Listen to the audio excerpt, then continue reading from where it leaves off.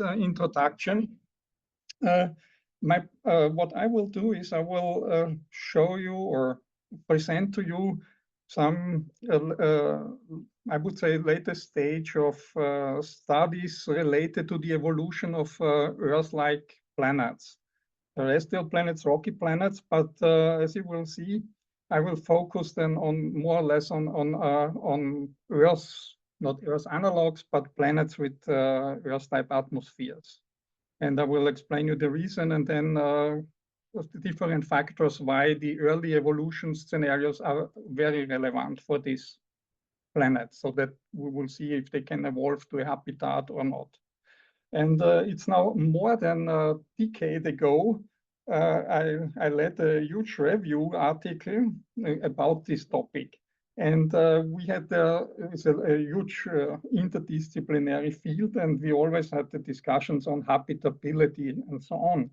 And what the idea was in this review, we can say that we classified habitats, because if we speak about a habitable planet, for some extremophile bacteria, probably Mars is also a habitat, but it's not a habitat for life forms like us, for instance. And first, I will give you this short introduction on these habitats. I mean, there may be planets in the habitable zone who start habitable, probably, so that life may originate. But then, due to different reasons, probably the tectonics doesn't work, or other events, these planets probably fail to evolve like the Earth did. And then there could be life, maybe, who knows? Mars, as you know, I think your institute here in Spain was since a long time involved in these studies on the search for life on Mars. And who knows what happened on early Venus or on some other planetary bodies. But the question, what is sure is, if there is life on Mars, for instance, it's not some animal life as we have on Earth or something like that. So it remained, if the life originated, it remained mainly in a simpler or in a microbial type of form. And this was the definition of class 2 habitats. And then there we have these other exotic bodies in the solar system and also elsewhere in the galaxy or in the universe, for sure. There may be many of these bodies which have liquid water under thick ice layers, for instance. And after the discovery of some exoplanets, there's also speculation, and from theoretical points of view, definitely will be the case that we may have water worlds. So these are planets which have no land mass, but huge oceans and so on. And these are, we classified more or less as different habitats. And I will focus on this talk on the so-called class 1 habitat, which doesn't mean that the planet may have the mass and size like the Earth, but of course, everything may be somehow linked. Yeah, so we may be a problem to have a 10 Earth mass planet with an atmosphere or nitrogen, oxygen dominated, for instance, like we have on Earth. So the definition is more or less a habitat which originates the nitrogen, oxygen type atmosphere. You will see that this is for life forms as we know it, and I speak here of, let's say, animal life, or you can speculate to human type, humanoid, whatever life forms. It's very, how should I say, it makes very much sense from the scientific and biological view to have such a type of atmosphere. Therefore, we are speaking also from a biosphere, that the Earth has a biosphere. And not some weird atmosphere where such creatures may evolve. So the point is really, and that was also in the old times, I would say. I mean, it's not so old now, but it's decades ago when, for instance, big projects like Darwin were studied by the space agencies and also scientists. And now it's the LIFE mission, for instance, where we try to figure out with infrared observations if there are, or if this planet is an ozone layer and that it is not covered by dense CO2 molecules, for instance, like Venus or Mars, so that that you have an oxygen atmosphere in some point. And of course, if you find nitrogen, which in our case is the dominant gas, this would be, of course, a very interesting indication that there probably really are life forms on this planet, because this interaction between the life forms and this species is very, how should I say, prominent on Earth in that way. I will not go deep here because I think there are biologists probably listening, or so they may be even more experienced in all this kind of stuff. But from the cosmochemical aspects, as I said, so Earth-like, when I speak from an Earth-like habitat, which may evolve to an Earth-like atmosphere, so nitrogen, oxygen dominated. Doesn't mean it is exactly a copy of Earth's atmosphere, but it should be in this kind of composition range. It's water is very important, as you know, in that case, as a solvent. So I'm speaking here for planets really in the classical habitable zone. This can be then, there are studies on fine tuning for habitable zone for complex life and so on. So this is the habitable zone, if I mention it, where I'm focusing. So I don't address water on some subsurface oceans, on icy moons in outer solar system.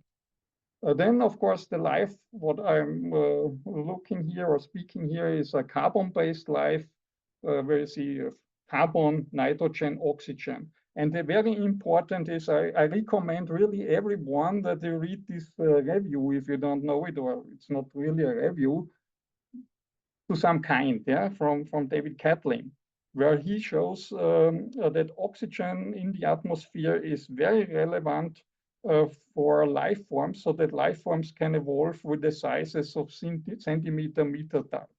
That means you see here that this is a huge connection between the life as we know it, so the complex life, if I speak in that way, and the atmospheres. And that is really an interesting aspect, because if you speculate about alien life or whatever, there are not much alternatives in that way from the biological point of view, so that you need some oxygen in the atmosphere. And of course, then the other gas is nitrogen, and this is called SNOPs, phosphorus, sulfur, all this stuff is of course also relevant. But anyway, if you take a look in the universe or in the galaxy, these molecules and these species are very, very, a huge abundance of them, I would say. So that means, why should we search for some very exotic life form in a way where we do not even know if it's life or whatever, if the stuff from where we are originated is not an anomaly, I would say. So water is enough there, maybe too much sometimes, and also the other molecules. So we are not, or life as we know it, it doesn't exist, didn't originate from some very rare species. So now going to the, I'm focusing now more on the thematic of the talk, starting to do this. This is like an introduction before. So I will focus first on this accretion phase and post-accretion phase. So during this time when these terrestrial planets form, and there, of course, you can imagine it should be not too much primordial gas captured on such a planet, because probably he ends up as a sub-Neptune. And we know now there are many sub-Neptunes out there in the exoplanet field. The other thing is it should have, of course, some right amount of water. So maybe too much water is also not so nice for such kind of a planet.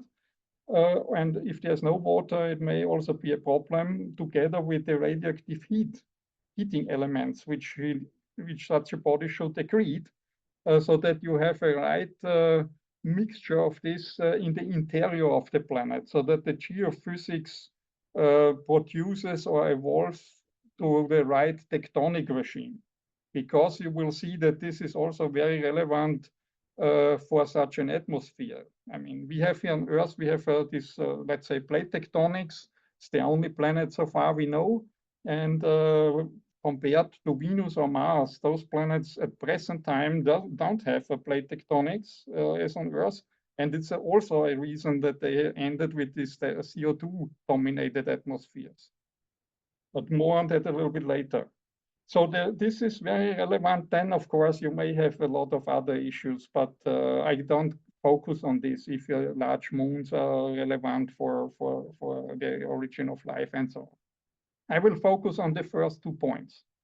Then the stellar UV flux and X-ray radiation and also plasma environment is very relevant, because if you have a planet which has too much of this radiation at too high level, these atmospheres, nitrogen, oxygen type atmospheres, may be not stable on such a planet. They may be heated up by this radiation and escape to space. On the other hand, you need some kind of radiation that you get rid of some primordial atmosphere in the early stage if the planet captured some or accreted some primordial atmosphere. So it's a tricky issue also. And then, as I mentioned before, you need a functioning carbon, silicate, and nitrogen cycle on such a planet. Okay, this here summarizes a little bit what we know now from the solar system, or generally from these terrestrial planet formations. There are at least 4 main stages. The first is, of course, it's within 10 million years. You start from gas and dust, and then you create rocks and larger bodies and planetary embryos. And these embryos again attract itself and collide and form some protoplanets, and they grow up. And then the very important point here is 2 things. First, that the lifetime of the gas disk is very relevant. From our solar system, we know that the gas disk, existed around 3 to 5 million years. This is known from studies of calcium, aluminium-rich inclusions in very old meteoroids. And analysis in the lab show you chemical reactions there, which point to a time when the hydrogen, helium-dominated gas disk was there. And then there are meteors which are older than 4.8 million years, and they have a different signature. So there were, which points in a direction that at that time the gas disk was gone. And that means that for the solar system, we have also a more or less average disk lifetime of around 3 million years, 4 million years. But we know from observations that this disk lifetime can be 1 million years. It depends how this system formed, if there are very active other stars nearby, and a lot of other issues. And it goes up to 10 million years in average. So if planets form and accrete in this gas disk, they can capture primordial atmospheres. And then it depends how much mass they have accreted, how much atmosphere they also accreted, and can this atmosphere afterwards be lost or not? I will go to this soon. The other thing is, if you have the gas disk lifetime is too short, for instance, then your planetary embryos they form also due to radioactive heating elements like aluminium isotopes and so on. They have very short half-lifetime. Then they have magma oceans. They form magma oceans, and volatile elements can escape from these magmatic bodies, and that gives us a depletion of these elements. And for instance, potassium-40, which is a radioactive heating element, so K40, is also volatile compared to the heavy uran and to thorium, for instance, isotopes. They remain on the body mainly. But this potassium-40 can evaporate out of such magma oceans, and if there is no disk around, no gas anymore, then this is lost to space. And it affects, of course, also the interior of the planets later when the building blocks look different. Okay, So what do we know from exoplanets? Very short.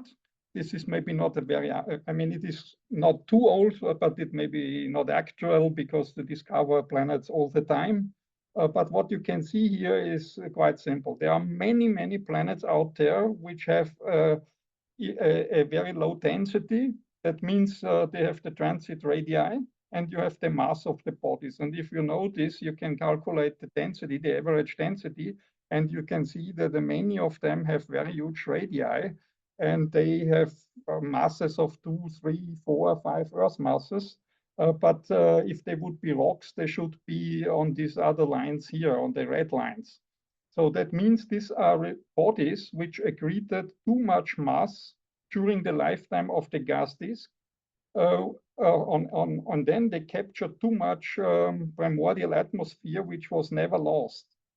So they ended up as sub-Neptune type bodies. Of course, we can exclude them for the evolution of Earth-like habitats. But that's very interesting, and it was not thought before the discovery that there are so many of these planets, which is also an indication that the planet formation is very fast, at least for protoplanets, because all this happens during the gas disk. And then, of course, some parts of the accretion continues later on. On the right side, you see here some illustrations. So we did some studies in 2020 with colleagues in Vienna, where we looked into impact erosion of such atmospheres. And depends, you can imagine if you have a protoplanet with the size half of Venus, for instance, which collides with the Martian type body after the gas disk is gone. So then you have a primordial atmosphere around, which is, for instance, this dark blue area here. And if you have a collision, then of course you merge with the body. So the body accretes further, but it loses some atmosphere. And this depends on the velocity of the impactor, on the mass of the impactor, and so on. But it can be from a few percent per collision, such a huge collision, to 10, 20%, depends on the size of these bodies. But this is more or less, it's a relevant loss process of such primordial atmosphere, but it is not the main loss process. And this I will come later on. So what do we know for the Earth? To make the story short, from Earth, we have a lot of isotopes in the atmosphere, for instance, in materials which came out from the deep mantle. And from there, we know, and in the ocean, so we have deuterium to hydrogen isotope ratios.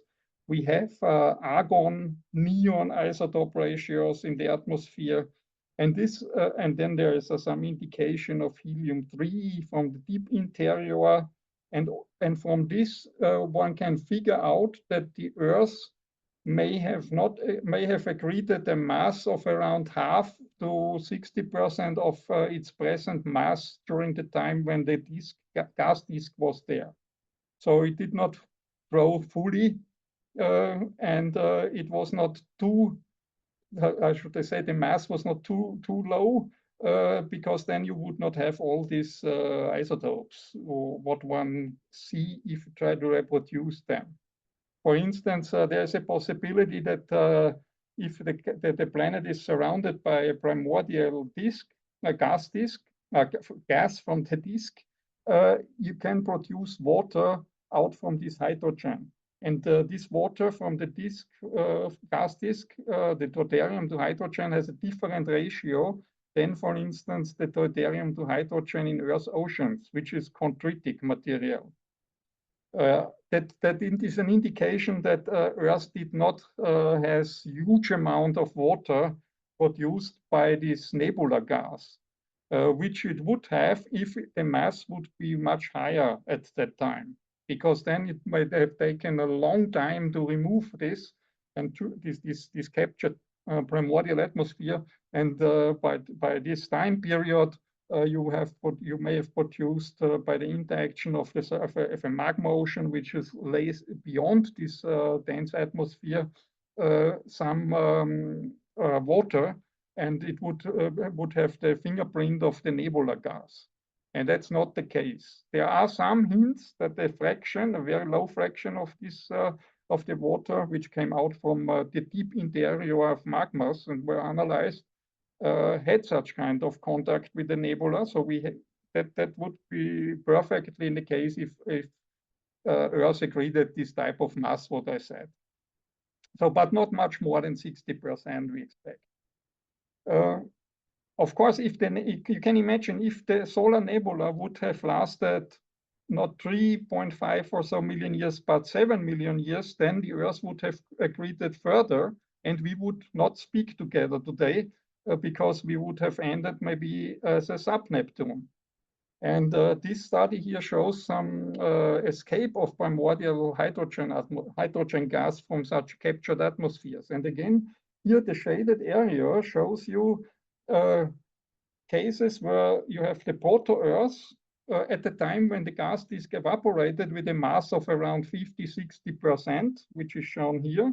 And then by reconstructing the escape of the XUV, UV-driven scenarios, what we may expect from the young sun, where there are analogies of solar proxies, and I think Spain was involved there in pioneering studies on this issue, as I remember right. But you have UV flux, X-ray fluxes, which are absorbed in these gaseous envelopes. You heat this gas, and this drives hydrodynamic escape. And if the mass of the planet was in this order, you can remove this envelope within a few million years, 10 million years maybe, or even a little bit longer, or only a few million years, depends on the size. But if the Earth would have been, or a planet would have been 70–80% or an Earth mass in the gas disk, you can see, depending on the type of activity of a young sun-like star, slow rotator means less active. Moderate is an average active young G-star in the UV and X-ray flux, and fast rotator is a very active one. But even the very active ones, it takes a long time, and some may not even remove the gas envelope from such a planet then. So there are even planets with the mass of an Earth mass which may end up as a sub-Neptune in a habitable zone. So it's another indication that the Earth did not accrete much more mass than what I mentioned before. This here is a new study because, as you know, if you take a solar composition or so, I mean, the disk has not only hydrogen, but also helium. That means if we start here with 10% helium, 90% hydrogen ratio at the time when the gas disk evaporated, and here you see the evolutionary tracks of X-ray and the UV fluxes for sun-type stars. Again, the weakly active stars, slow rotating young G stars, moderate rotating, fast rotating. If you have a planet in the disk with around 90% Earth mass, it may end up with around 24% helium. After 450 or so million years, if it's a slow rotator. Yeah. If you have a little bit more mass, let's say you reach the Earth mass value, then this planet could end up with a helium atmosphere. So the hydrogen, the light hydrogen, drags the heavier elements with it. And at some point, this radiation decreases. And then the hydrogen is too weak to track the heavier species, so that you accumulate the heavier species, in that case, helium. So we can expect that there are many planets out there, depending on, of course, you can extrapolate this with orbital distances, masses, and so on. But there should be helium-dominated atmospheres around these rocky type planets out there. For instance, if the activity was too high, you can see that both gases in that case escape. So you do not accumulate much helium. And the same is the case if the mass is less. Yeah, so if you have 70% Earth mass, again, you have not an enrichment of the helium because the UV flux is strong enough that both gases are escaping. So that is something one can keep in mind too. then, as I said, the same scenario with helium works also with other species if they are incorporated in a primordial atmosphere, for instance.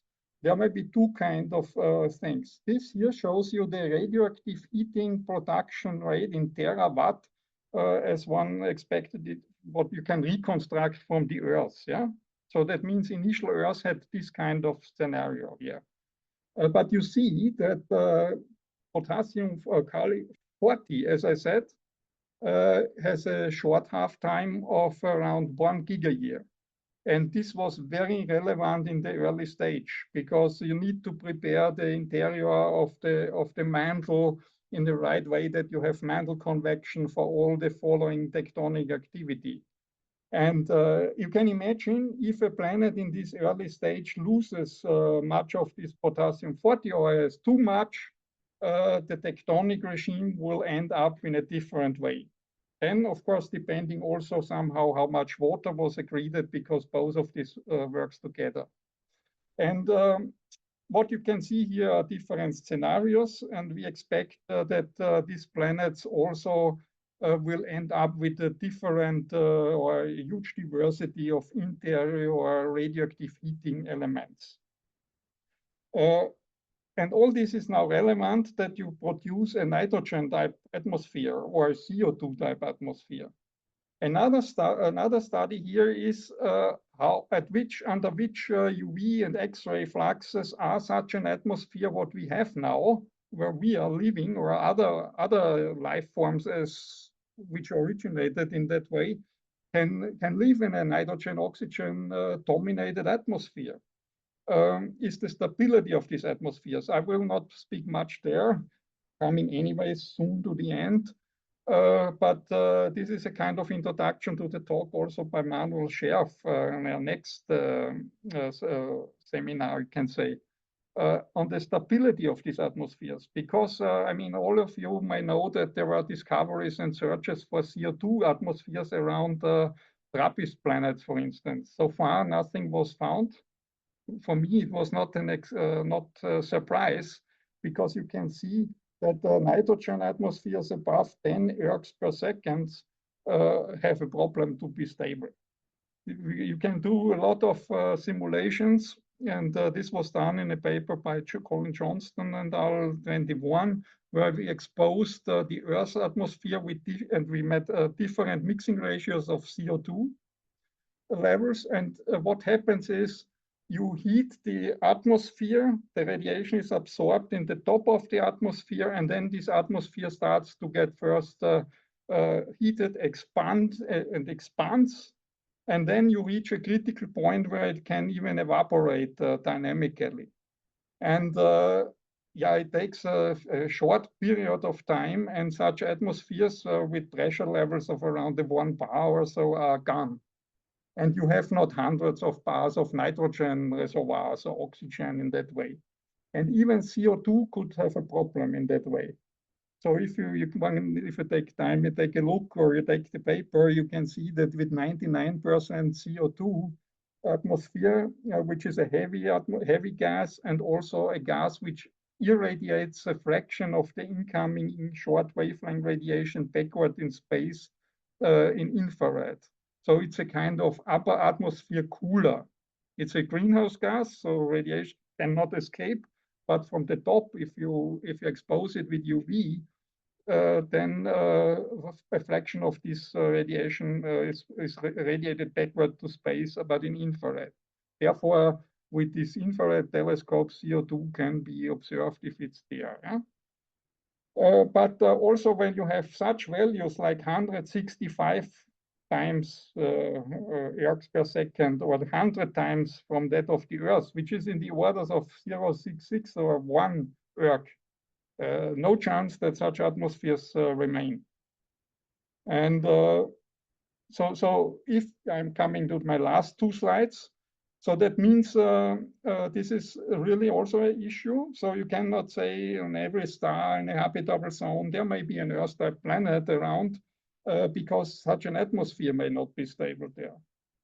And In the case for the Earth, we expect that the nitrogen-oxygen dominated atmosphere is stable since around 3 billion years or so, like something like that, which is exactly also interesting because it is the time when you had, I mean, I think 2.3 gigayears ago or so, when you had this great oxidation event and all this stuff. Before, this could not have happened. If this would have happened, the atmosphere would be gone. If the Earth would have had such a type of atmosphere like we have now. And that's very complex, everything. Also related with the aerobic complex life, because these life forms keep the nitrogen atmosphere up in the atmospheric level due to denitrification. So that means the life forms they do not produce nitrogen, but they help the nitrogen to remain in the atmosphere.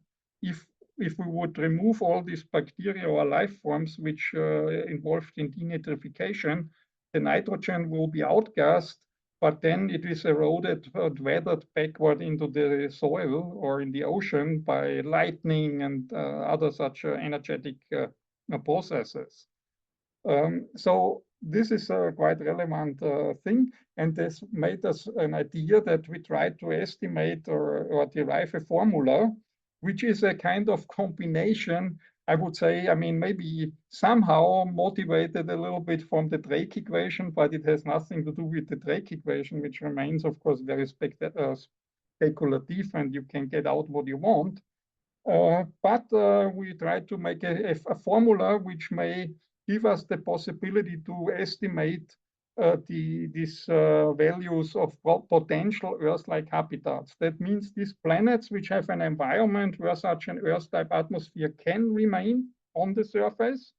And then, of course, there are other unknowns if life can evolve or did evolve or so on. So that means, of course, the total number is always an upper limit, and the more observations you may have in the future, the more you can constrain this. You need the number of stars times the kind of a factor eta star, which connects to the habitable zone of the galaxy for the stellar habitable zone or galactic habitable zone, because it makes no sense you may not have an Earth-type planet when it is exposed by supernovae near the center of the galaxy all the time permanently, or when you have such kind of weird stars nearby or so on. As you know, you may know the concept of the galactic habitable zone. And then also metallicity is important. You cannot have every star taking for this, because there may be stars where you have not the elements to produce a terrestrial rocky planet. So all these factors going in there. And then, of course, the question is also how many stars are there which have the right UV and X-ray flux, so that such a nitrogen-oxygen dominated atmosphere remains if it's there. And this goes then into the eta Earth-like habitat. So it's not eta Earth, it's eta Earth-like habitat.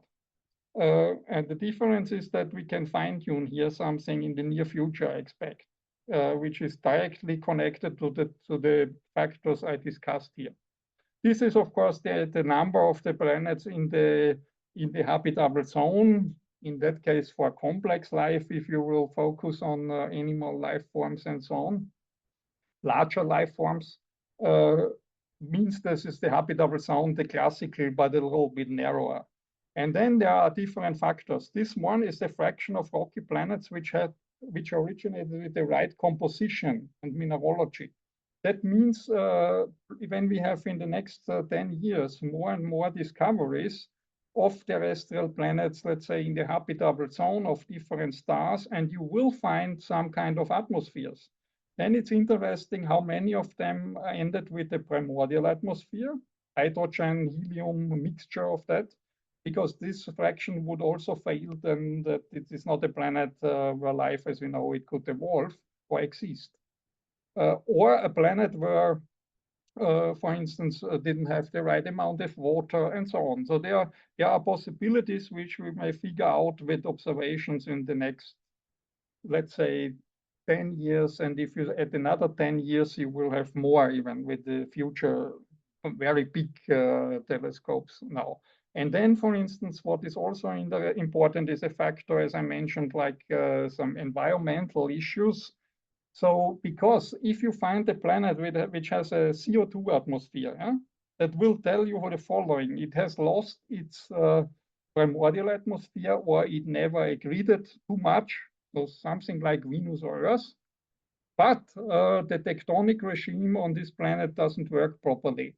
And you ended up with a stagnant lid type scenario, so that you end up with a CO2 dominated atmosphere, because you have a huge amount of carbon dioxide in these rocky planets.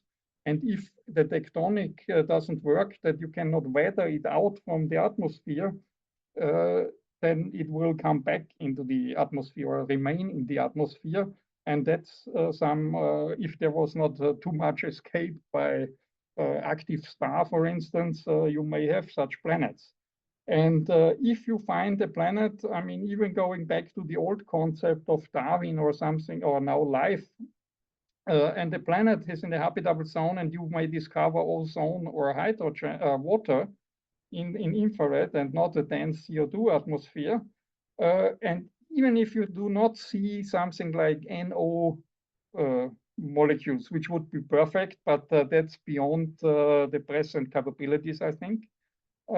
Maybe with these very huge telescopes after 2035 and so on.